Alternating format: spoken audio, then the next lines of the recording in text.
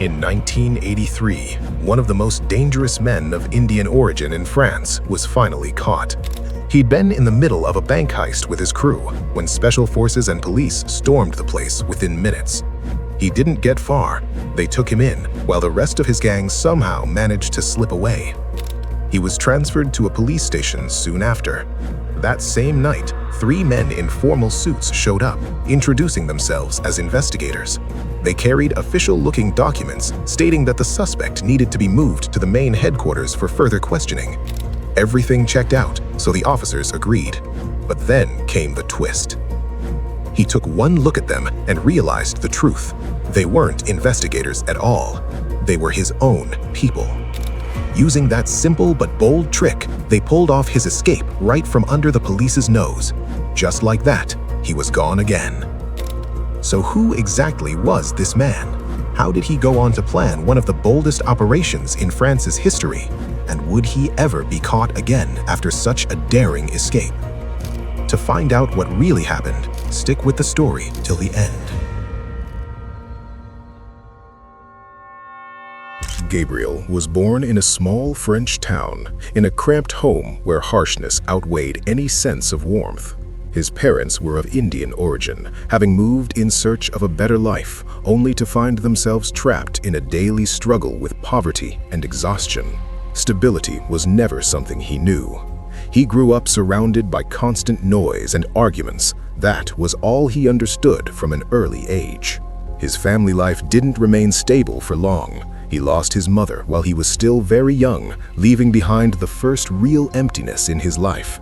After that, everything changed. His father became colder, stricter, and far more severe. There was no affection, only rules, orders, and punishment. Gabriel grew up carrying a quiet mix of anger and the feeling that he was never quite enough. At school, he struggled to fit in. He had a short temper, resisted authority, and constantly found himself in trouble with teachers and other students. It wasn't that he was bad at heart, he simply never learned another way to react. He moved from one school to another, and each time it ended the same way, expulsion, followed by an even deeper sense that he didn't belong anywhere. As time passed, there were few options left but to work. His father brought him into his shop at a very young age, placing responsibilities on him far beyond his years. He spent long hours working without rest or recognition. Every small mistake was met with harsh punishment, as if he were expected to become a man overnight.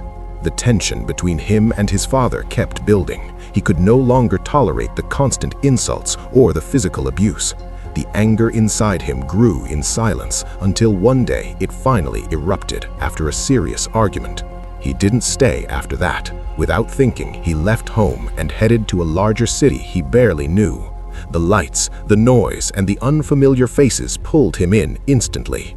It felt like stepping into a completely different world, one filled with opportunity and temptation.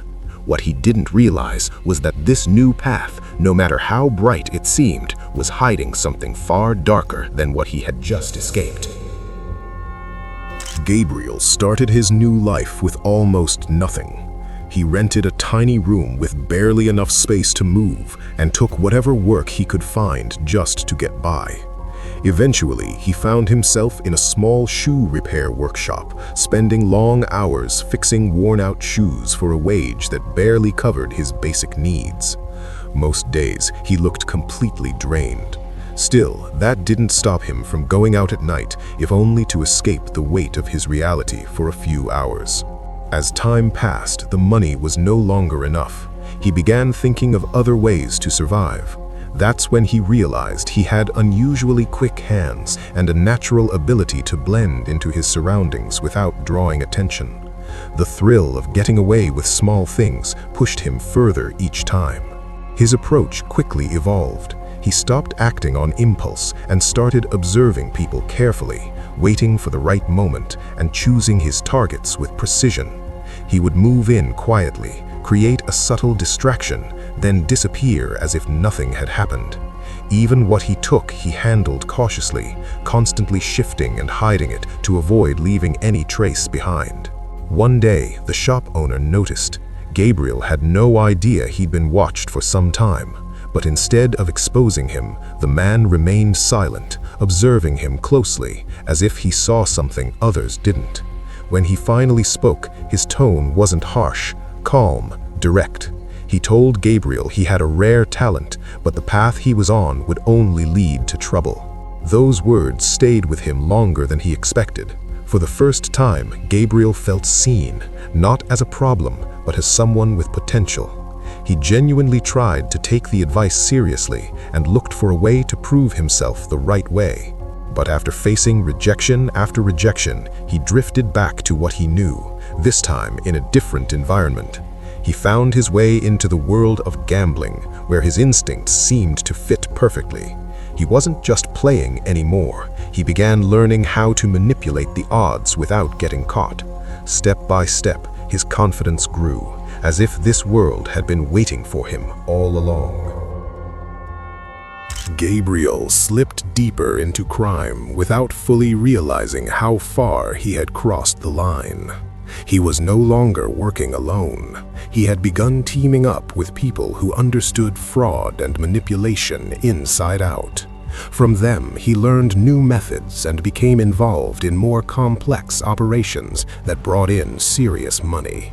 The cash came quickly, along with a fleeting sense of control, but deep down, he knew it wouldn't last. It didn't take long before suspicion started closing in. One small mistake was enough to expose part of what he was doing. Sensing the risk, he disappeared for a while to lay low. During that time, he met a new partner who pitched a robbery that sounded simple and safe. Without thinking twice, Gabriel agreed, seeing it as a quick way to get back on track. But everything fell apart. The job turned messy, and their escape was delayed. Within moments, they were being chased. He ran, relying on instinct, but this time his speed and experience weren't enough. After a short pursuit, he was caught. In court, it initially seemed like he might get off lightly. A reduced sentence was within reach until his father stepped in.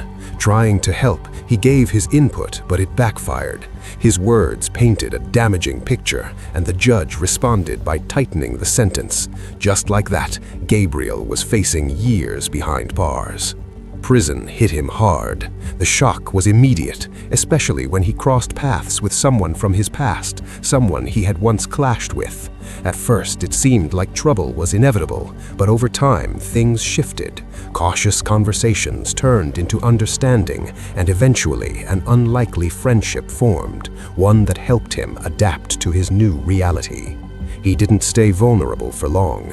Gabriel quickly learned how the system worked and began to stand his ground among the inmates. He grew calmer, more focused, and gradually built influence. At the same time, he observed everything: the guards' routines, the layout, the subtle gaps in security, until he finally spotted a weakness worth exploiting and quietly began shaping a precise escape plan.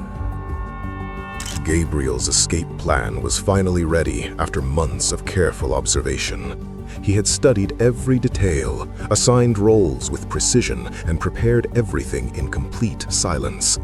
It was all set until the unexpected happened. He received a sudden parole decision. He had never imagined leaving that way, and just like that, he was free without ever putting his plan to the test. But the story didn't end there. The men he trusted chose to carry out the plan anyway. They executed it flawlessly, exploiting the weak point he had identified, and managed to escape without a trace. Not long after, they reached out to him.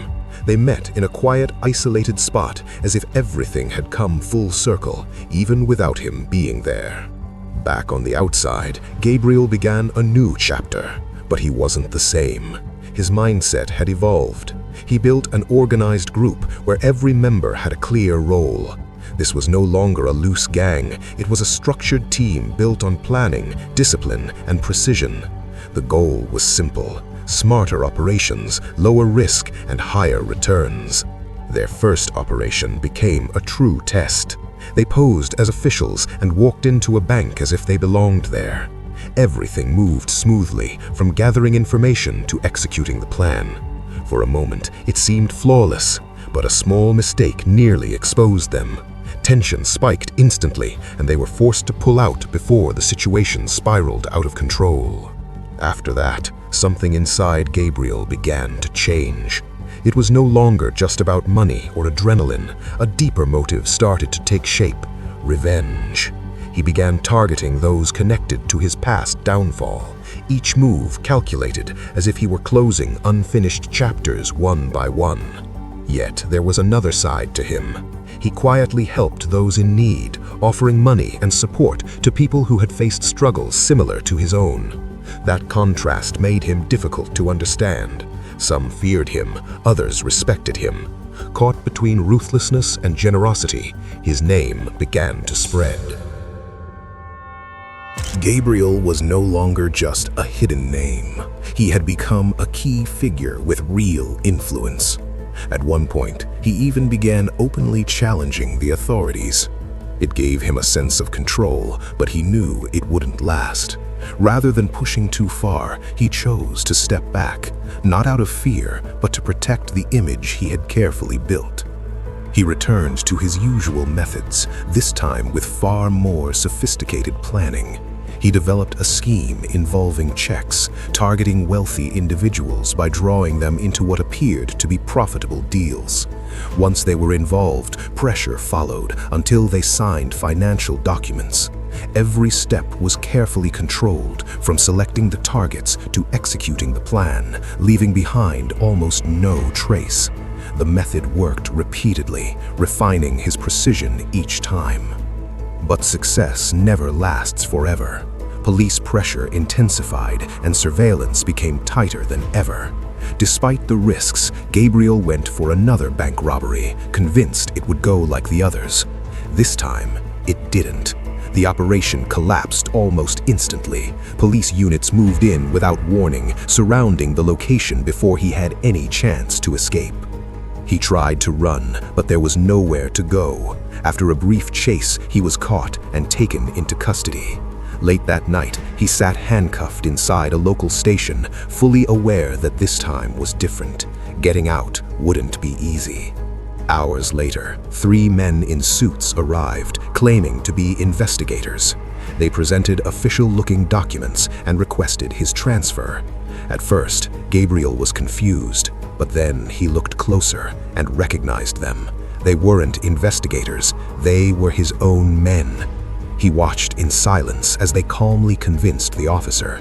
Everything unfolded with unsettling ease. And just like that, he walked out with them, disappearing once again without a trace.